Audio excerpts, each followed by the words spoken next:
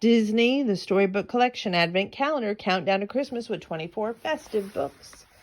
We left off on day 7. So it's Disney Villains, Coup at the Zoo. 2 henchmen, Horace and Jasper, reply to Cruella's advert asking for help.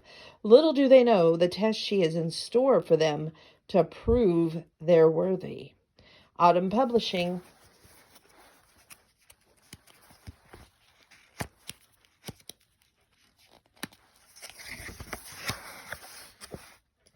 Villains, Disney, Coup at the Zoo, Day 7, Autumn Publishing.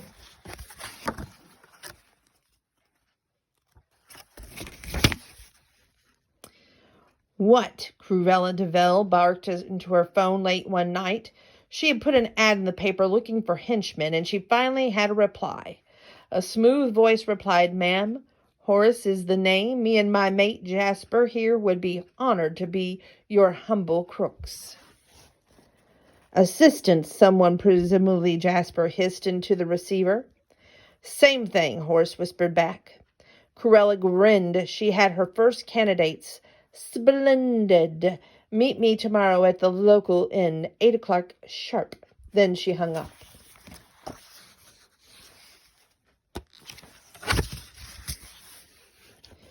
The next night, Cruella arrived at the inn to interview the 2 hopefuls.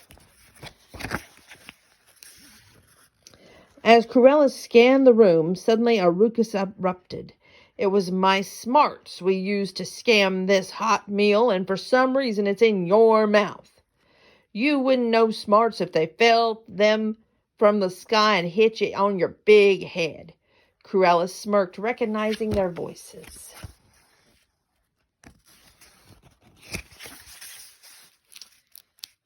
Cruella walked over to the bickering men. "Darlings, I'm Cruella de Vil. If you'd like to become my assistants, you must convince me that we're a good fit.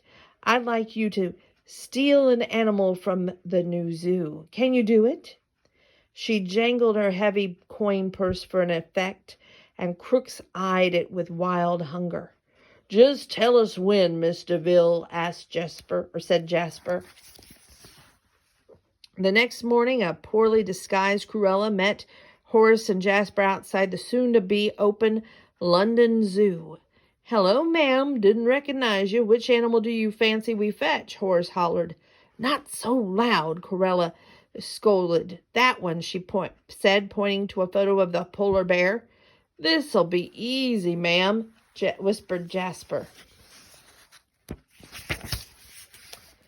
"All right, now easy does it." Jasper guided Horace, who was working a large net, into the sleeping polar bear's cage. But they woke up the bear. Jasper and Horace beat a hasty retreat. Cruella turned crimson at the duo's failure. "You cowards," she spluttered. "Sorry, ma'am," said Horace. "What about a smaller animal, a cheetah perhaps?" Cruella glared at him. Finally, she sighed.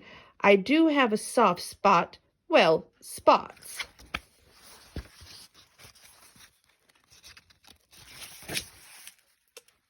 Cruella decided to join them and watch the slow-witted crooks struggle with a fast cheetah. Cruella grew even more furious. You fools! I've just about had it with you too." Next, Horace and Jasper decided to try fish themselves a catch, but Dolphin proved to be a bit slippery. "Wretches!" barked Cruella. "I don't know why I wanted a dolphin, but that's besides the point." It seemed clear as day Horace and Jasper simply didn't have what it took to crook. But Cruella was willing to give them one final shot. "Try stealing one of them more docile little beasts," she instructed. "Do it, and do it now." Horace and Jasper wasted no time breaking into the petting zoo. "We've got this in the can, mate," Jasper said to Horace as they sauntered into the animal pen.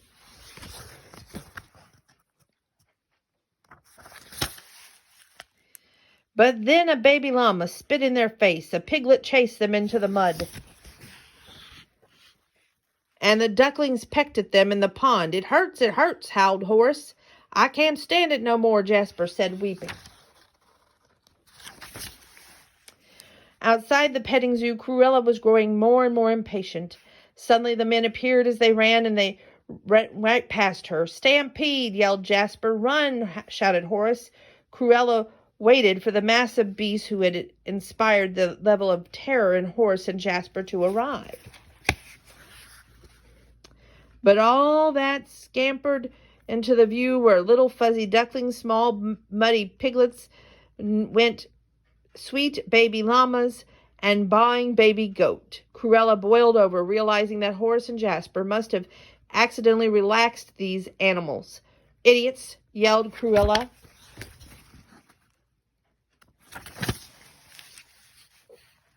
Cruella had finally had enough of Horace and Jasper's hijinks. She looked around. What an utter disaster. One animal would be fine, but she didn't want the police on high alert because someone had stolen the entire petting zoo. I'll handle this, she grumbled. Cruella retrieved her car and herded all the animals back into their cages and pens. My car is filthy. You are good for nothing. You can't even fix your own mess. Didn't I mention I hate getting my hands dirty? Cruella roared at Horace and Jasper. This is the last time I ever work with you idiots, Horace suggested. Complete imbeciles, Jasper offered. Shut up, Cruella screamed. The men flinched.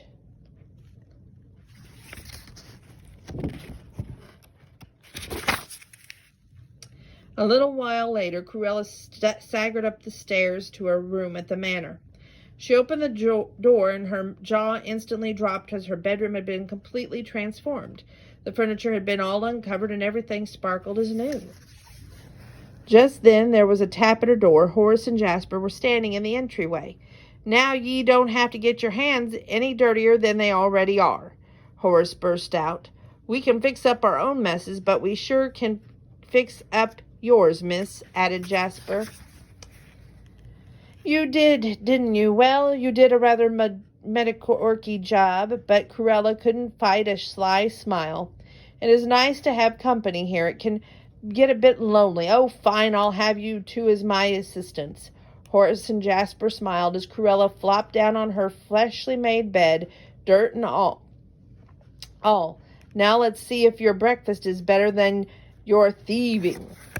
And that is day 7, Coup at the Zoo, Disney Villains. And thank you for joining me tonight for story time. And we'll pick up on day 8, on actually day 8. So have a good day and days.